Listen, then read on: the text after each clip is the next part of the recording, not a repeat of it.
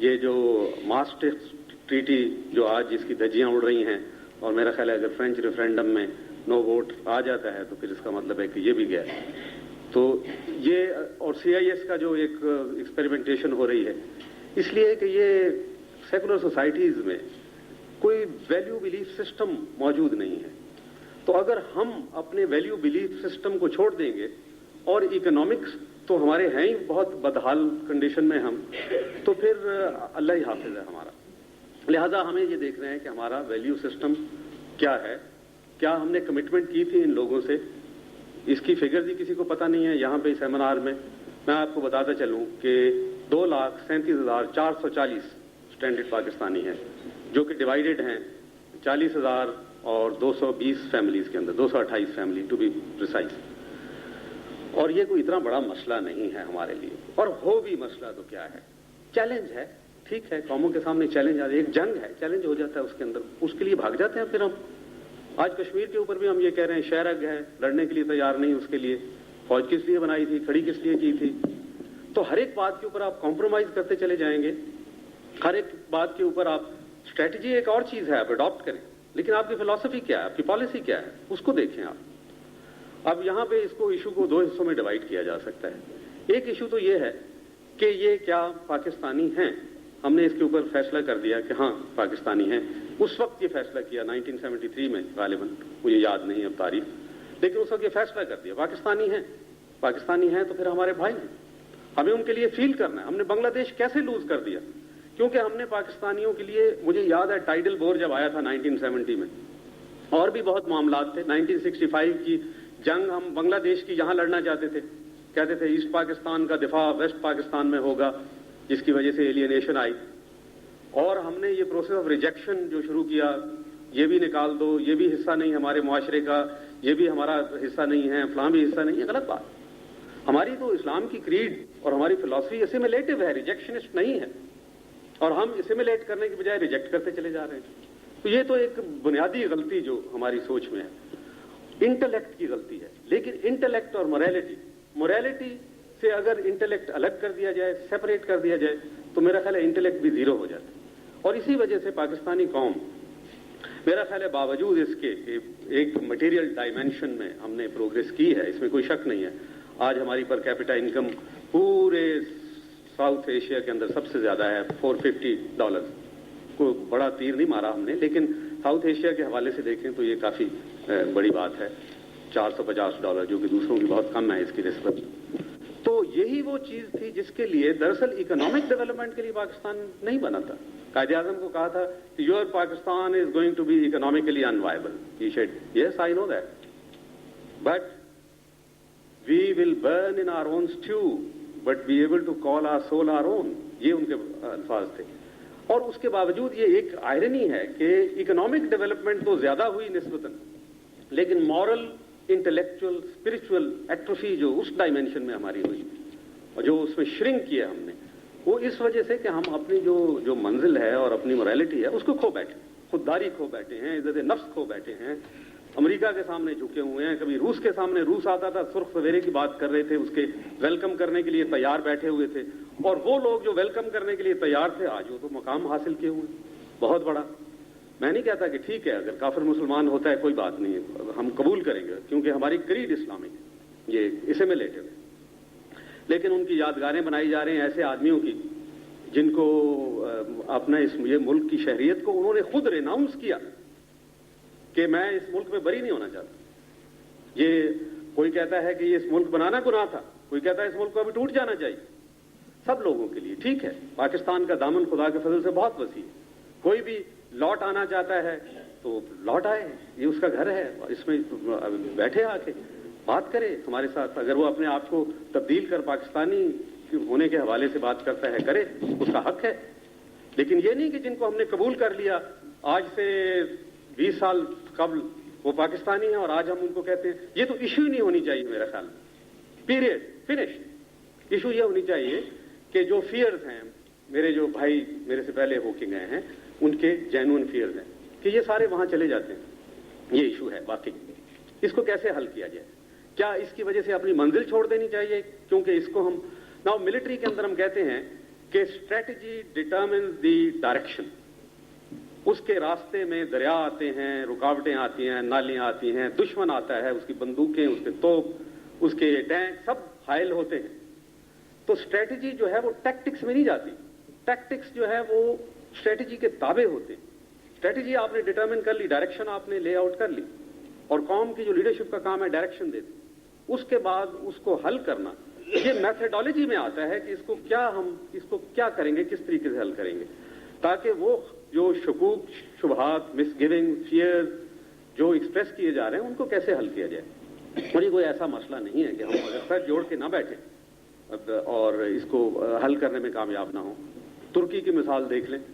ترکی آپ کو یاد ہوگا 1954 میں جو یوگرز بھاگ کے آئے تھے سنکیانگ سے, شاید آپ نے جو بزرگ جانتے ہیں اور میری عمر کے ہیں, میں شعیب ہاشمی صاحب کو دیکھ رہا ہوں, میری عمر کے ہیں تقریباً, تو وہ ان کو یاد ہوگا کہ یہاں ٹوپیاں بنا کرتے تھے, وہ خاص یوگر ٹرک تھے.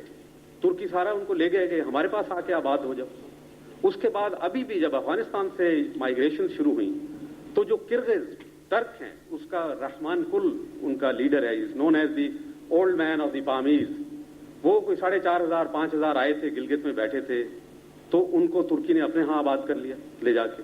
جہاں جہاں ان کو کوئی ترک ملتا ہے آباد سے. کوئی بہت امیر لوگ نہیں تھے, اب ذرا تھوڑے امیر ہوئے ہیں, لیکن ایک پراؤڈ نیشن ہے اور اپنے لوگوں کو چھوڑنا نہیں چاہتی. How can we live as a nation without having pride in us, national pride. They are standard Pakistani. بھیکاری نہیں ہے وہ. میرے پاس فگر ہیں, less than 300 are only beggars. ان کے اندر لیس دین 300 سارے ٹیکنیکل کام کرنے والے ہیں. صرف 1,500 آدمی ان میں سے ایگریکلچر کرتے ہیں, باقی کام کرتے ہیں, کاروباری لوگ ہیں, بزنس کرتے ہیں. اور 30% ان کا لٹریسی ریٹ ہے, ہمارے سے زیادہ. اس وقت 26% پہ ہم پہنچے ہوئے ہیں. ان کا اس وقت بھی کیمپوں میں رہتے ہوئے 30% لٹریسی ریٹ ہے. زیادہ پڑھے لکھے ہم سے نسبتاً, آئیں گے کچھ نہ کچھ ہمارے لیے وہ کریں گے. ہمارا دامن اتنا وسیع تھا کہ 35 لاکھ افغان مہاجرین کو ہم نے یہاں بنا دی, شاید اس لیے کہ ہم کچھ اس کا بگاڑ نہیں سکتے تھے. تو آ گئے تھے, آ گئے ہیں, بس بیٹھ رہے ہیں یہاں پہ. لیکن ہم نے بہرحال ان کے ساتھ بڑے کھلے دل سے سلوک کیا ان کا, اور ایک تاریخ کا رخ بدل کے رکھ دیا اس کی وجہ سے. ہم وہ قوم ہیں, اسی لیے پاکستانی ہر جگہ مینشن کیے جاتے ہیں. دنیا کی کوئی انٹرنیشنل نیوز بلیٹن آپ پڑھ لیں, وہاں پاکستانیوں کا ذکر ضرور ہوتا ہے کسی نہ کسی حوالے سے. کیونکہ ہم ولن ہیں, کیونکہ ہم سے ڈرتے ہیں, لوگ خائف ہیں, کیونکہ ہم کر سکتے ہیں, کچھ دکھا سکتے ہیں. اچھا نہیں کر سکتے تو برا کر سکتے ہیں, اس لیے ہمیں روز خبروں میں اچھالا جاتا ہے. لیکن جو برا کرنے والا بھی ہوتا ہے, کچھ action, we are people of action. یہ واقعی ایسا ہے. آپ دیکھیں جی, کروشیا میں پاکستانی لڑ رہے ہیں جی, بوسنیا میں پاکستانی پہنچ گئے, فلسطین میں وہاں کر رہے ہیں, سکھوں کو چابی دی ہوئی ہے, کشمیر میں یہ کیا ہوا ہے. ہر ایک کے لیے یہ کرتے ہیں, ٹھیک ہے, پاکستانی ہیں ہم وی آر ویرائل پیپل. ہماری انرجی ہے, اور انرجی جو ہے یہ کہاں سے آئی ہے؟ اس لیے کہ we are as a nation in a state of flux. Refugees آئے, ہم چل رہے ہیں, اس کے لیے ہماری انرجیز ریلیز ہو رہی ہیں. تو اگر ہم اس پیرائے میں دیکھیں, مشکل کام کوئی نہیں ہے. پنجاب کے اس وقت کوئی 30 صوبے ہیں, 30 ضلع ہیں. 30 ضلعوں کے اندر آپ 1,500 فیملی بسا دیں, کام بن جاتا ہے. وہ جائیں گے نہیں وہاں پہ. اس کا حل تلاش کرنا چاہیے. میرا خیال ہے اس سیمینار کا سبجیکٹ یہ ہونا چاہیے تھا کہ وہ آنے کے بعد یہ کیسے انشور کرے کہ وہ سارے کراچی میں نہ پہنچ جائے. تو یہ بات ٹھیک ہے, جائز ہے. اب کیسے کیا جائے؟ 62% of Pakistan wealth, I am not saying, statistics سے, is concentrated in Karachi. 47% of Pakistan transport is in Karachi. تو 47% ڈرائیور جائیں گے وہاں پہ, اور وہ کون ہوں گے؟ پٹھان ہوں گے, اسٹرڈی پٹھان. 16 لاکھ پٹھان ہیں وہاں پہ. کراچی دنیا کا سب سے بڑا پشتون سٹی ہے. نہ کابل میں اتنے ہیں, نہ پشاور میں اتنے ہیں جتنے کراچی میں آباد ہیں. سب لوگ آتے ہیں, جہاں اپرچونٹیز ہیں وہاں سب لوگ آئیں گے. تو آپ اپرچونٹیز کو ڈسٹریبیوٹ کر دیں اور جگہ. اب آپ کہتے ہیں کہ جی یہاں سے کوئی بھی نہ جائے, وہاں پہ پنجاب سے, نارتھ سے, آزاد کشمیر سے. وہ وہاں نیوی ہے, نیوی میں کیوں نہیں سرو کرتے وہاں کراچی کے لوگ؟ سندھ کے لوگ کیوں نہیں سرو کرتے؟ سب جا کے دیکھیں, پنجابی اور آزاد کشمیر والے جنہوں نے کبھی پانی زندگی بھی نہیں دیکھا, وہ نیول فورس کے ریٹنگ سارے وہ وہاں پہ ہیں, کیونکہ ان کو یہاں جاب نہیں ملتے, وہاں جاتے ہیں, وہاں جاب ملتا ہے ان کو. تو یہ تو سیدھی سی بات ہے. اس کا ہمیں حل تلاش کرنا چاہیے, اور اتنا مشکل کام نہیں ہے کہ اس کا حل تلاش نہ کیا جا سکے. تو میرا خیال ہے کہ ہمیں we should learn to live as a proud nation, اور یہ کنفیوژن فضول قسم کے جو ہیں ان کو ختم کرنا چاہیے. سر جوڑ کے بیٹھنا چاہیے, اپنا مسائل کا حل تلاش کرنا چاہیے, اور یہ انشاءاللہ ہم حل نکال لیں گے. اور کوئی ایسا مسئلہ نہیں ہے. 2.5 لاکھ یا 2,37,000 آدمی جو ہیں, ہمارے لیے پاکستان کے پاس بہت زمین ہے. چولستان کو دیکھیں, 6.4 million acres of land, and it is so beautiful. دیکھنے سے تعلق رکھتی ہے وہ زمین. اور نادرا بیٹھی ہوئی ہے یہاں پہ, ہنس رہی کیونکہ یہ وہیں پہ ان کا بھی گاؤں ہے ساتھ ہی.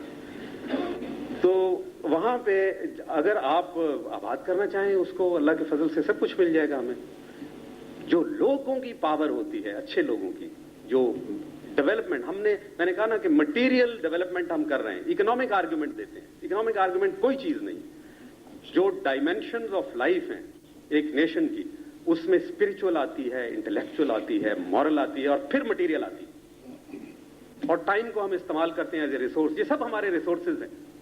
تو we are allowing our moral resource of this nation to be frittered away. Let's hold on to our moral resource. Thank you very much.